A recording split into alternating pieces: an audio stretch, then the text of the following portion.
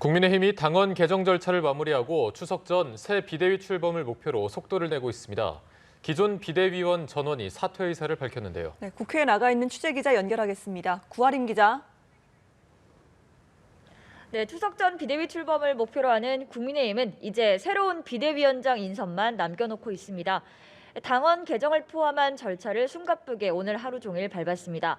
오전 전국위에서는 비대위 전환 요건을 규정한 당원 개정안이 통과됐고 오후 상임 전국위에서는 당이 비대위로 전환할 만한 비상 상황이라는 유권 해석이 내려졌습니다. 윤도현 전국위 의장 대행은 만장일치로 안건이 가결됐다고 설명했습니다.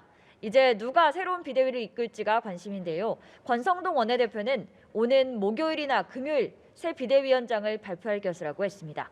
지금까지는 주호영 전 비대위원장이 가장 유력하게 거론되지만 아예 간판을 바꿔야 한다는 의견도 없지 않습니다.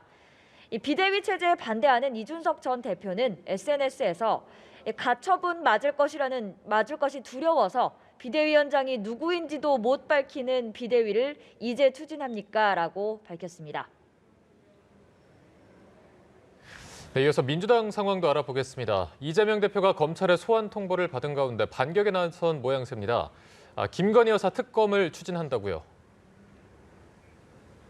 그렇습니다. 민주당은 비상의원총회를 열고 김건희 여사의 주가 조작 의혹을 규명하기 위한 특검법 추진하겠다고 밝혔습니다. 박홍근 원내대표는 김 여사와 관련한 주가 조작 의혹, 또 허위 경력 문제를 밝힐 특검에 대해 의원들 대부분이 이심 전심하는 분위기가 있었다며 앞으로 지도부에서 구체적인 방향을 논의하겠다고 했습니다. 또 이재명 대표가 내일 검찰에 출석해 대면 조사를 받아야 할지 이에 대해서도 논의가 있었는데요. 현 시점에서 당대표가 검찰에 출석하는 건 맞지 않다는 의견으로 모아졌습니다. 출석 여부에 대한 최종 결단은 이 대표 본인이 내릴 것으로 보입니다. 민주당은 또 윤석열 대통령에 대한 허위사실 공표 혐의 고발장을 검찰에 제출했습니다.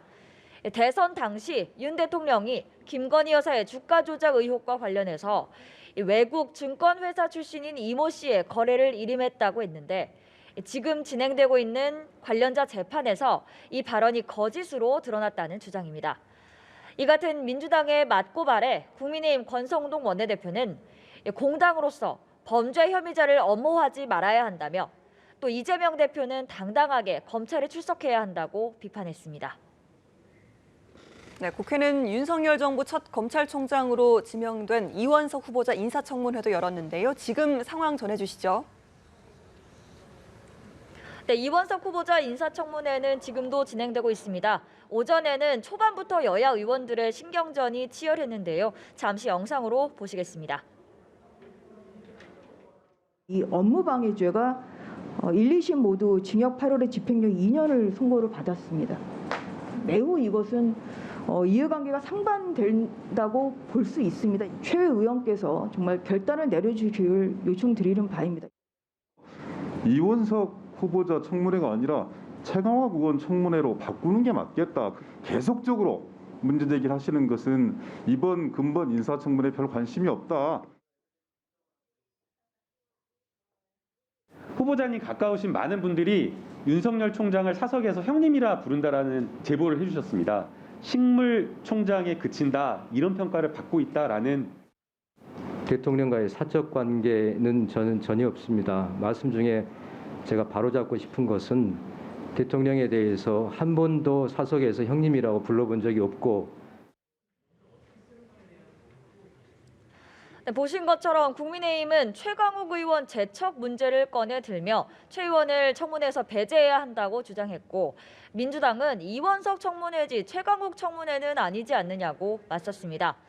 이른바 윤석열 사단으로 불렸던 이원석 후보자와 윤석열 대통령의 사적인 관계, 또 검찰의 독립성 문제도 제기됐었는데요.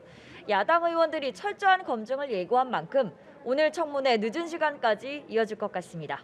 지금까지 국회에서 전해드렸습니다.